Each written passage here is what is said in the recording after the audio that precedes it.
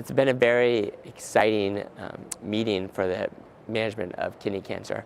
We've seen two updates on two trials looking at the combination of VEGF inhibition with immunotherapy in the frontline setting versus sunitinib, as well as seen updates on the data of the durability of nivolumab and ipilimumab in the frontline.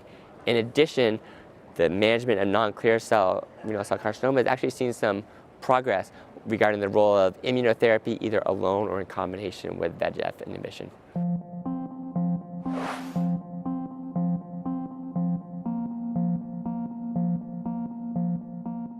When we look at the role of frontline therapy for renal cell carcinoma, in the past couple of years we've had multiple trials that have been presented.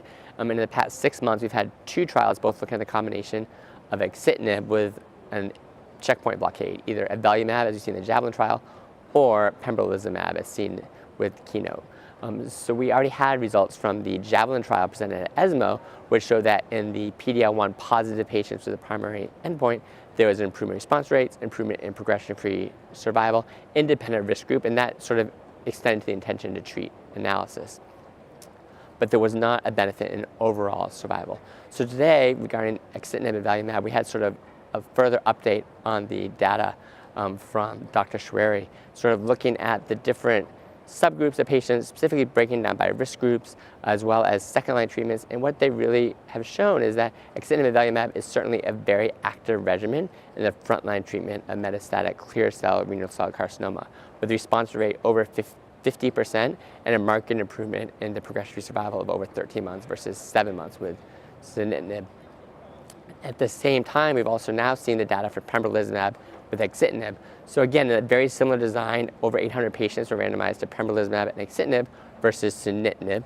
And what we saw with that trial, again, their primary endpoints were going to be overall survival and progression-free survival in the entire population, not really focusing on the PD-L1 population. And so what they showed was that there was a marked improvement in response rate, close to 60% with the combination versus 35% with sunitinib, and marked improvement in progression-free survival, close to 16 months versus 11 months, and they actually did show an improvement in overall survival at 12 months. So with a very impressive p-value of less than 0.0001, the hazard ratio of just 0.53, so at 12 months there was a definite improvement in overall survival. So we have these two trials that have been presented, now both looking at combination of IO with a TKI, both showing a marked improvement versus sunitinib. It'll be interesting as we get more data and extended follow-up how we are able to place these regimens into the treatment for our patients.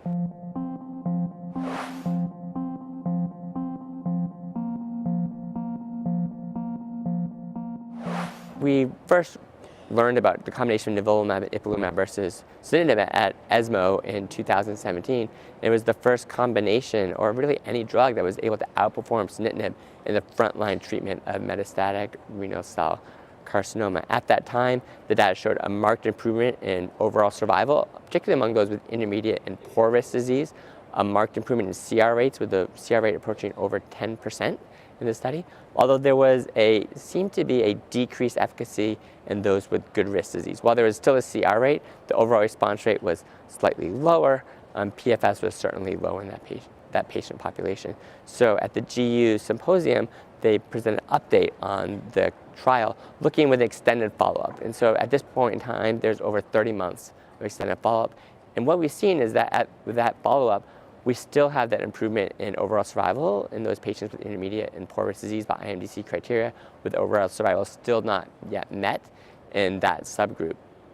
And what we also saw is that the good risk patients actually seem to do slightly better, and that the response rate with nivo-ipi was improved. And when we look at the CR rates, be it in good risk or intermediate or poor risk, which is sort of what our patients want. They want that scan to say there's no cancer left behind. What we do see is that there's certainly that CR rate is maintained, and it's very durable, in that over half the patients develop a CR, maintain that CR, and are able to continue on therapy with extended follow-up. So certainly the combination of nivolumab and ipilimumab will continue to have a place in the treatment of metastatic clear cell renal cell, and really renal cell carcinoma in general, given its durable responses.